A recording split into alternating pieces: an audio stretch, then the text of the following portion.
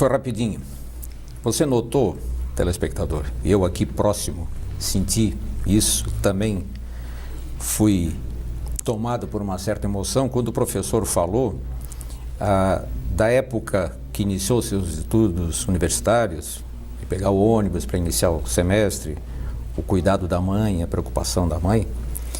Isso, na verdade, com a interiorização, que é um projeto que o professor sempre trabalhou, e nós aqui sempre insistimos, falamos muito disso, é porque se nós falamos a todo momento que a família é a chave de tudo, é a célula máter da sociedade, é a razão de tudo, é a base de tudo, quando nós não fazemos absolutamente nada para viabilizar a permanência da pessoa na sua cidade, na sua região, vamos dizer, na sua casa, parece que é balela, né? A gente fala, mas não age.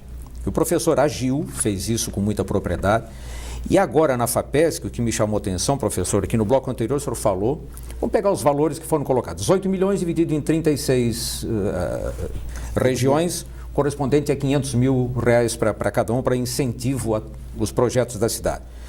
Eu acho, sinceramente, que por uma questão de justiça, que cidade grande não deve receber mais e cidade pequena não deve receber menos.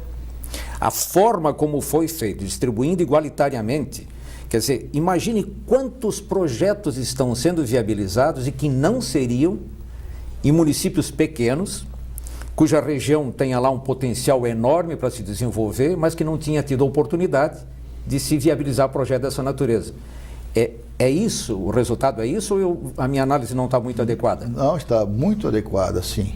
Porque realmente a oportunidade, quando a gente criou aqui os Institutos Nacionais de Ciência e Tecnologia, necessariamente precisava haver doutores, e os recursos aí, só esse programa era de 19 milhões de reais. Só esse programa aqui, que acabou se concentrando no litoral, são 19 milhões de reais. Então, 18 tem que ir para o interior. E realmente lá onde não chegava a oportunidade, e tendo os recursos, eles conseguiram atrair as competências ou valorizar as competências locais, porque o nível de análise, embora admitisse inicialmente os projetos que tinham realmente o mínimo de condições técnico-científicas, mas ele foi relativizado pela condição atual das regiões, pelas potencialidades das regiões. Eu dizia para os críticos na época, olha, mas aqui em Florianópolis, eu comecei no início da Universidade Federal. E quando a Universidade Federal iniciou, também não tinha mestres, não tinha doutores, não tinha laboratórios, e ela soube bem aproveitar a sua oportunidade. Vamos levar a oportunidade para os outros.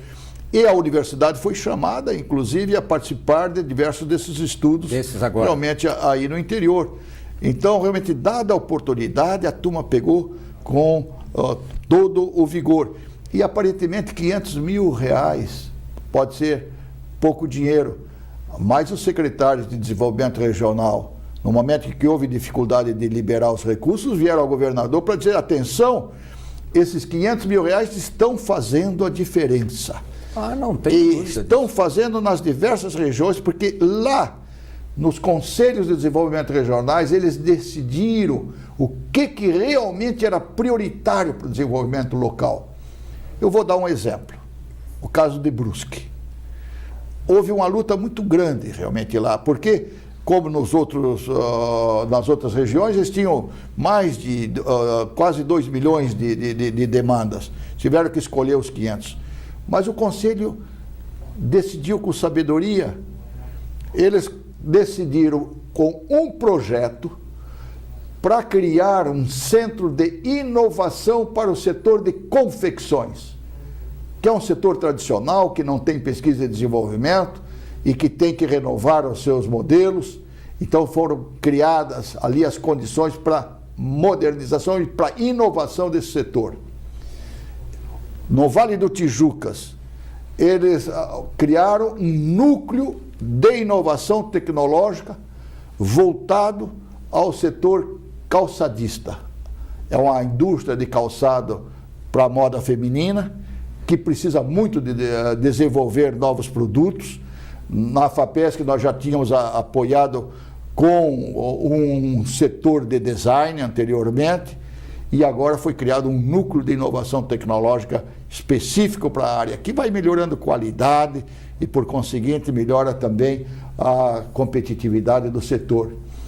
E, sob a coordenação da Unifeb, que é a universidade local, que normalmente tinha poucas condições de disputar com as grandes universidades, sim, foi criado também ali um núcleo de inovação tecnológica aí para o conjunto dos outros setores, o ceramista, o setor de tecelagem, a parte metalmecânica e outros. Então, no conjunto, eles estruturaram a região. Foram 3 projetos estruturantes para criar estruturas necessárias para dar um apoio à indústria local. Isso é muito bonito, realmente é uma decisão que jamais sairia aqui em Florianópolis, porque eles conhecem a região.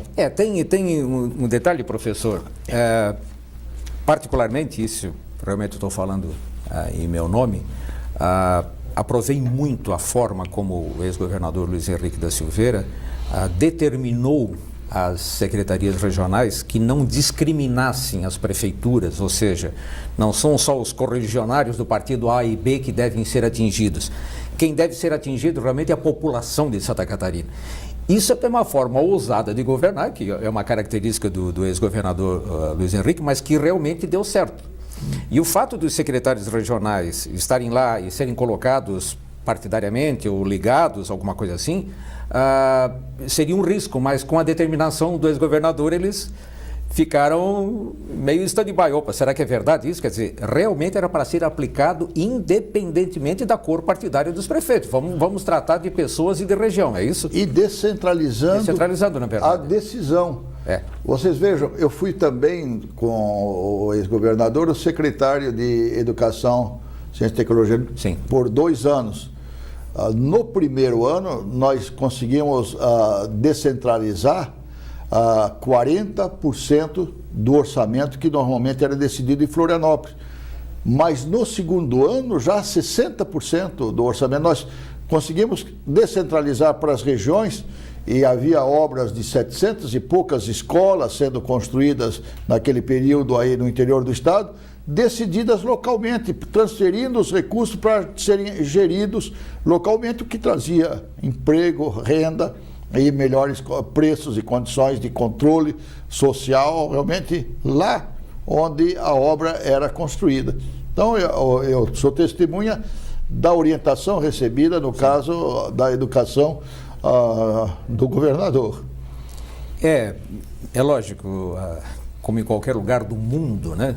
A política partidária, ela às vezes leva o foco de maneira não muito apropriada, infelizmente é isso no mundo inteiro, mas a gente tem preocupações. Vamos cuidar da nossa casa, vamos pensar no nosso estado, deixa o resto do país, deixa o resto do mundo. Como está sendo feito isso em Santa Catarina? Feito de maneira apropriada. A gente sabe que os prefeitos e as comunidades dessas cidades estão com um sorriso quase na orelha, porque realmente se incentivou que o cidadão pudesse desenvolver-se e desenvolver em prol de terceiros, quer dizer, é da sua comunidade. E é um sentido muito bom de vivência, né? Quer dizer, eu ter a preocupação com a minha cidade, com o meu vizinho, não necessariamente só com o meu amigo, muito menos com o meu correligionário, eu quero me preocupar com o ambiente em que eu vivo. E essa forma como isso foi concretizado, isso é uma coisa espetacular que deve servir de exemplo para o país inteiro. Eu recordo, professor, nós falamos aqui de uma empresa, são vários fatos, mas essa empresa relacionada aí com a suinicultura, que foi uma ideia que um casal teve uma ideia, foi lá, bateu na porta da FAPESC e disse: ô, pessoal, nós temos uma ideia e queremos levar isso à frente, nos ajuda? A FAPESC participou ativamente disso, hoje é considerado no Brasil, parece-me que é a primeira ou a segunda empresa relacionada com isso, porque otimiza todos os custos do lado pequeno produtor, as empresas utilizam muito isso. Quer dizer, isso, se pegar todas as centenas de exemplos que nós temos, a FAPESC em si já passa a ser um motivo de orgulho para nós catarinenses. Mas, de qualquer forma, eu vou tomar liberdade de continuar só mais um pouquinho, porque já me deram o sinal de, tem que encerrar o bloco. E eu lhe disse antes do programa que o tempo seria muito curto. E realmente é bastante curto, o assunto é muito extenso, é vasto, é chamativo. E, na verdade, ele é empolgante, é apaixonante, só que, infelizmente, o nosso tempo é restrito. Eu ainda gostaria de fazer mais algumas perguntas ao senhor a respeito das possibilidades, assim, o que é que o catarinense deve fazer se ele tem a ideia, se ele tem a vontade, se ele aposta na recuperação de uma região, se ele vê um potencial que está escondido, pelo menos a olho nu. Como é que ele faz, né? Eu quero entender essa sistemática. Na verdade, eu estou fazendo essa pergunta em nome de todos eles, professor. Queremos entender como isso funciona. Mas a gente, naturalmente, já deixa a pergunta no ar para nós termos mais tempo na hora da resposta do professor no próximo bloco. Já, 2 minutinhos, estamos de volta. Até já.